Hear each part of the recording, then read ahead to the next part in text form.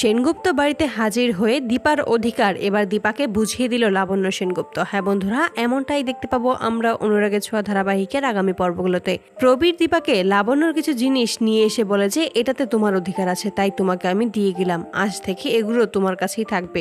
এতে করে দীপা খুবই খুশি হয়ে যায়। দীপা বলে যে তার মানে আমি ধরে নেব বাবা, আপনি আমাকে মেনে নিয়েছেন। প্রবীর তখন বলে তুমি একটু ভুল ভাবছো, এখানে একটা পেপার আছে, তুমি এই পেপারে একটা সাইন করে দাও। এতে করে দীপা অবাক হয়ে যায়। পেপারটা নিজের হাতে নিয়ে দেখতে পায় যেটা ডিভোর্স পেপার। প্রবীর তখন হাত জোর করে বলে তুমি সূর্যকে মুক্তি দাও, ওর থেকে তুমি আলাদা হয়ে যাও, আমি সূর্যর আবারও বিয়ে দেবো। চারুর সাথেই খুব ভালো থাকবে আমার ছেলেটা, আমার পরিবারটাও খুব ভালো থাকবে, তুমি আর এর মাঝখানে এসো না, তুমি দয়া করে সূর্যকে মুক্তি দিয়ে দাও। এতে করে খুব অবাক হয়ে যায় দীপা। তখন বলে আপনি এটা কি বলছেন বাবা, আজ যদি মা আমাদের মাঝে থাকতো তাহলে কি আপনি এটা বলতে পারতেন? প্রবীর তখন বলে আমাকেও তো আমার সন্তানের ভালোটা দেখতে হবে, তুমি এটা কেন বুঝতে চাইছো না? তুমি সূর্যের কাছাকাছি গেলেই ও অসুস্থ হয়ে যায়, এটা তো আমি মেনে নিতে পারছি না বাবা হিসেবে, তাই আমি চাই তুমি সূর্যকে সারা জীবনের মতো মুক্ত করে দাও। আমি তোমার কাছে হাত জোর করে বলছি, আমি শুধু চাই আমার পরিবার, আমার সন্তান নাতিরা খুব ভালো থাকুক, আর কিছুই চাই না আমি, তুমি দয়া করে এখানে একটা সাইন করে দাও। দীপা তখন বলে যে আপনিও সবার মতো করে আমাকে দায়ী করলেন, আপনি এটা ভাবলেন না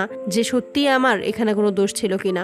আমি কখনো ভাবতে পারিনি আপনি সবার মতো আমাকেও অপরাধী বানাবেন। দীপা তখন মনের কষ্ট নিয়ে সাইন করতে যাবে, ঠিক সেই মুহূর্তে কৃষ্ণ ও রূপা এসে হাজির হয়। রূপা তখন বলে এটা তুমি করো না মা, বাবা কিন্তু একা হয়ে যাবে, বাবা আর কখনোই সুস্থ হতে পারবে না, ওরা কেউ বাবাকে সুস্থ হতে দেবে না, তুমি বাবার হাত ছেড়ো না এই বিপদে। তখনই দীপা জানায় যে একজন সন্তানের ভালো মন্দের দায়িত্ব তার বাবা মা খুব ভালোভাবেই জানে, খুব ভালোভাবেই বোঝে। একজন বাবা যেহেতু চাইছে তার ছেলের ভালো, তার ছেলে সুখে থাকবে, আমি তাকে মুক্ত করে দিলে তাহলে আমি সেটা কিভাবে আটকাতে পারি বল? আমি মুক্তি দিয়ে দেবো ডাক্তারবাবুকে, ডাক্তারবাবু ভালো থাকুক, এটাই তো আমি চাই। ডিভোর্স পেপারে যখনই দীপা সাইন করতে যাবে ঠিক সেই মুহূর্তেই লাবণ্য সেনগুপ্ত এসে হাজির হয় সকলের সামনে।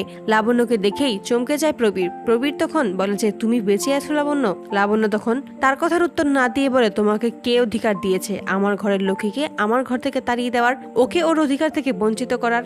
এই অধিকার তোমার নেই, এবার যা হবে মুখোমুখি হবে। এই বলে দীপাকে টানতে টানতে সেনগুপ্ত বাড়িতে হাজির করে লাবণ্য। এত বছর পর লাবণ্যকে দেখে খুব অবাক হয়ে যায় সকলে। লাবণ্য তখন সকলের সামনে এসে বলে আজ থেকে আমার বড় বৌমা এই বাড়িতেই থাকবে, ওর অধিকার ও ঠিক বুঝে নেবে, আমি ওকে আর দূরে সরে থাকতে দেব না। এতে করে সকলেই ক্ষিপ্ত হয়ে যায়, কিন্তু কেউ কিছু বলতে পারে না। উর্মি কিছু বলবে ঠিক তার আগেই লাবণ্য উর্মির সামনে এসে বলে যে তোমার সাহস কি করে হয়, তুমি আমার ছেলেকে ভুল ওষুধ খাইয়ে আমার বৌমাকে আলাদা করার চিন্তা করছো, ওকে এই বাড়ি থেকে তাড়িয়ে দিতে চাইছো, আর চারুর সাথে বিয়ে দেওয়ার প্ল্যান করছো? তখনই সোনা চিৎকার করে বলে ওঠে চারুর সাথেই বাবার বিয়ে হবে, তাহলে বাবা আর আমি খুব ভালো থাকবো। তখনই সোনাকে ঠাটিয়ে চড় মেরে লাবণ্য আর বলে যে খুব সাহস হয়ে গেছে, নিজের বাবা মাকে আলাদা করার প্ল্যান করছো, এটা আমার বাড়ি, এই বাড়িতে আমার কথাই শেষ কথা, এটা তোমরা ভুলে যেও না, আমি কোনোদিনও আমার ছেলে ও ছেলের বউকে আলাদা হতে দেব না। তো বন্ধুরা, তোমরা এটাই তো চাও যেন এভাবেই সেনগুপ্ত বাড়িতে হাজির হয়ে দীপার অধিকার এবার দীপাকে বুঝিয়ে দেয় লাবণ্য? কমেন্টে জানাও। আর নিয়মিত আপডেট পেতে আমাদের চ্যানেলটি এক্ষুনি সাবস্ক্রাইব করে পাশে থাকো। ধন্যবাদ।